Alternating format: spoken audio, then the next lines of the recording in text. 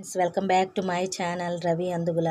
Friends ఈరోజు బిర్యానీ చేశానండి. ముందుగా ఆయిల్ కాగాక అందులోకి మనము చెక్క లవంగాలు అలాగే స్టార్ పువ్వు మరాఠీ మొగ్గ ఇవి ఉంటాయి కదా, అవి వేసుకొని బాగా వేగాక అందులో కొంచెం పలావాకు కూడా వేసి వేగనిచ్చి ఉల్లిపాయలు పచ్చిమిర్చి వేగాక అల్లం వెల్లుల్లి పేస్ట్ వేసాను. బాగా మగ్గిన తర్వాత కొబ్బరి పేస్ట్ కూడా వేసి ఆ పేస్ట్ అంతా బాగా మగ్గాక డ్రై ఫ్రూట్స్ వేసాను ఫ్రెండ్స్. తర్వాత వచ్చేసి మనము ఎసురు 4 గ్లాసులు పోసుకుంటే మనము 8 గ్లాసులు వేయాలండి. తర్వాత వచ్చేసి నేను కొత్తిమీర పుదీనా కూడా ముందుగానే వేయించాను. వాటర్ పోసి బాగా తెల్లేటప్పుడు ఉప్పు వేసుకోవాలి.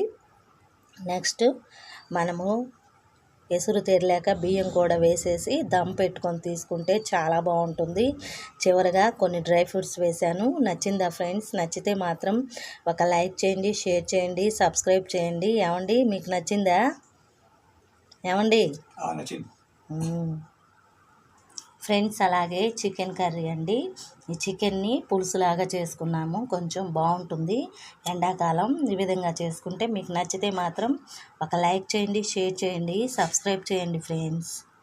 Thank you to all.